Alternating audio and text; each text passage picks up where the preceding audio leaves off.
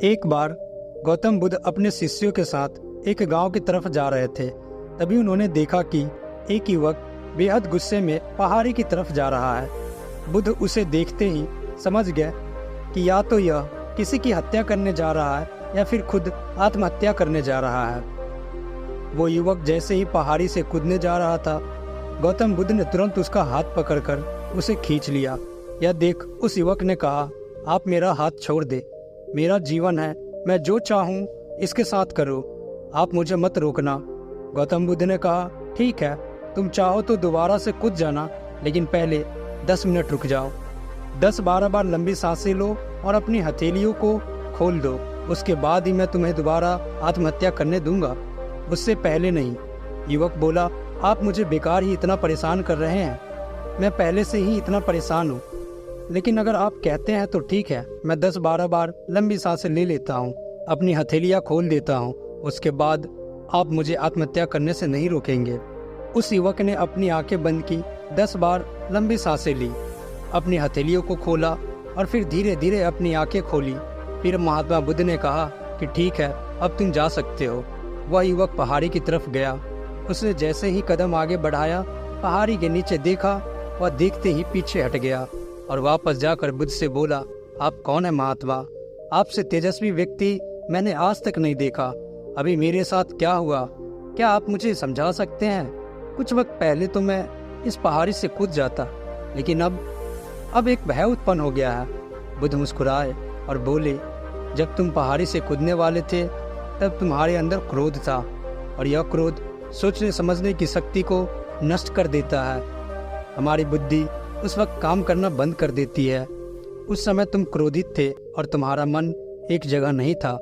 उस समय तुम खुद को खत्म कर देना चाहते थे, लेकिन जब तुमने अपनी आंखें बंद करके लंबी सांसें और अपनी हथेलियों को खोला, तब तुम्हारा दिमाग और मन दोनों शांत हो गया और तुम्हारी नकारात्मक ऊर्जा सकारात्मक ऊर्जा में बदल गई, जिसके कारण तुम्हारी बुद्धि को नियंत्रण प्राप्त हुआ और तुम सही निर्णय लेने में सक्षम हो सके। युवक बोला, आप कौन हैं? बुद्ध ने मुस्कुराते हुए कहा, यह जगत के लोग मुझे बुद्ध कहते हैं। युवक बुद्ध के चरणों में गिर गया और बोला कि हे बुद्ध, आप मुझे अपनी शरण में शामिल कर ले। मैं तो अपने पिता को सबक सिखाना चाहता था, इसलिए आत्महत्या करने जा रहा था। बुद्ध ने कहा कि आत्महत्या करके कोई इस शरीर के साथ कुछ भी नहीं कर सकता। जब तक हमारे पास यह शरीर है, हम कुछ भी कर सकते हैं, लेकिन यदि यह शरीर नहीं होगा तो हम कुछ भी नहीं कर सकते। युवक कहता है, आप सही कहते हैं बुद्ध, लेकिन आप नहीं जानते, मेरे पिता ने मुझे बहुत अपमानित किया है। वह मुझे हर बात पर टोकते हैं। बचपन में वो मुझसे बेहद प्रेम करते थे। उसके बाद उन्होंने मुझे शिक्षा प्राप्त करने के लिए गुरुकुल भेज दिया। मैं हमेशा सोचता था कि मैं गहन अध्ययन करके उनका नाम रोशन करूंगा। मेरे पिता यह सब देखकर बहुत खुश होंगे। जब मैं शिक्षा पूरी करके वापस आया, तब मैंने अपने पिता को बताया कि मैंने सारे शास्त्र, वेद, उपनिषद कंठस्थ कर लिए हैं और मुझसे बड़ा ज्ञानी कोई नहीं है। तब वो खुश होने की जगह मुझसे कहते हैं कि अपने आप को ज़्यादा ज्ञानी होने के भ्रम में मत डालो, ना ही खुद में अहंकार लाओ। मैं तो उन्हें दिखाना चाहता था कि मैंने कितना गहन अध्ययन किया है। मैं बड़े बड़े शास्त्रार्थ जानने लगा। सभी मेरे ज्ञान से प्रभावित होने लगे। सभी ने मुझे महान ज्ञाता माना, लेकिन मेरे पिता ने नहीं माना।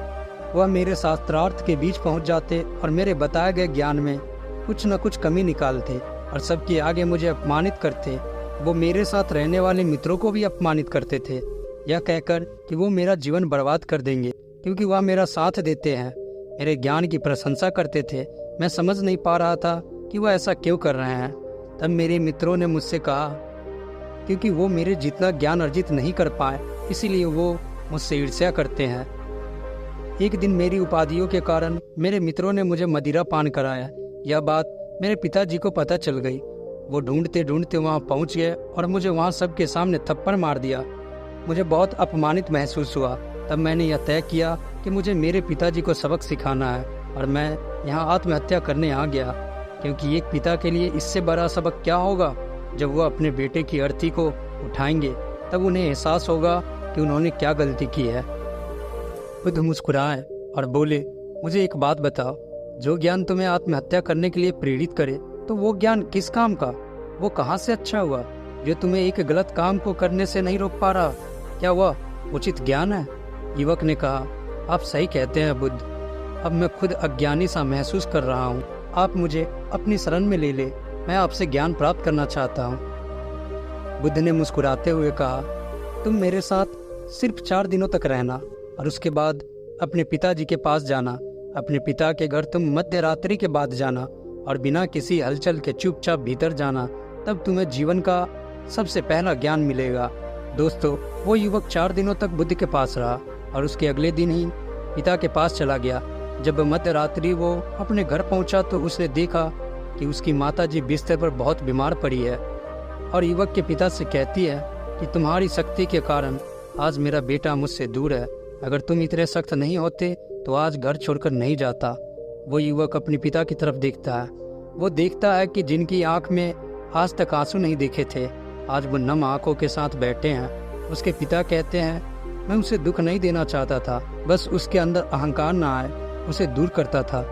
तभी उसके अंदर की कमियों को वहाँ जाकर बताता था ताकि मुझे सुन कोई और भी उसे उसकी कमी बता सके और उसे अपने ज्ञान पर कभी घमंड ना हो, क्योंकि व्यक्ति का अहंकार उसे हमेशा ले डूबता है। लेकिन उस भीड़ में मेरे सिवा कोई नहीं होता था जो उसको उसकी गलतियों के बारे में बताए। तब मैंने तय किया कि मैं उसे उसकी गलतियों से अवगत कराऊंगा, लेकिन वो मेरी ना सुनकर हमेशा अपने मित्रों की सुनता था। और एक दिन जब उसने मदिरा पान किया तब मेरा दिल दुखा और तब मुझे लगा कि शायद मेरी परवरिश में कोई कमी थी। मैं ही एक अच्छा पिता नहीं बन सका जो मेरे बेटे ने ऐसा किया। लेकिन तुम चिंता मत करो, मैं उसे कहीं से भी ढूंढ कर ले आऊँगा। जितना प्रेम तुम मुझसे करती हो उससे कहीं ज़्यादा मैं अपने पुत्र से करता हूँ। युवक की माता कहती है कि मैंने उसे हर जगह ढूंढा लेकिन वो कहीं नहीं मिला। मेरा मन कहता है कि यहाँ से कुछ दूर एक गांव में गौतम बुद्ध रुके हैं, वह जरूर वही होगा। तुम उसे वहाँ जाकर देखो। ये सारी बातें युवक वहीं खड़ा खड़ा सुन रहा था। उसकी आंखों में आंसू बह रहे थे। वो चुपचाप वहाँ से चला गया और गौतम बुद्ध के पास पहुँचा और बुद्ध से बोला, हे बुद्ध, अगर आपने मुझे उस दिन आत्महत्या करने से नहीं रोका होता तो मुझसे कितना बड़ा पाप हो जाता। बुद्ध ने युवक से कहा, इस जीवन की सबसे बड़ी गलती आत्महत्या करना है। ये जीवन तुमने खुद नहीं लिया है, उसे तुम्हें दिया गया है, तो तुम्हें कोई हक नहीं है कि उसे तुम खुद से नष्ट करो। कल सुबह तुम्हारे पिता यहाँ वापस आएंगे, तुम उनके साथ जाकर उनके ऋण को उतारना। युवक ने कहा, हे महात्मा बुद्ध, मुझे मेरा सारा ज्ञान व्यर्थ ही लगता है। आप सत्यता को उजागर करते हैं। मैं आपके साथ रहकर आपसे ज्ञान प्राप्त करना चाहता हूँ। मुझे अपने संग में आप शामिल कर ले। बुद्ध ने मुस्कुराते हुए कहा, कल सुबह जब तुम्हारे पिता आएंगे तब तुम उनसे बातचीत करना और उनसे आज्ञा लेना, और तब तुम्हें लगे कि तुम्हें ज्ञान प्राप्ति की जरूरत है तो संघ के दरवाजे सभी के लिए खुले रहते हैं। दोस्तों, आपने इस कहानी से क्या सीखा? कमेंट के माध्यम से जरूर बताएं। धन्यवाद दोस्तों।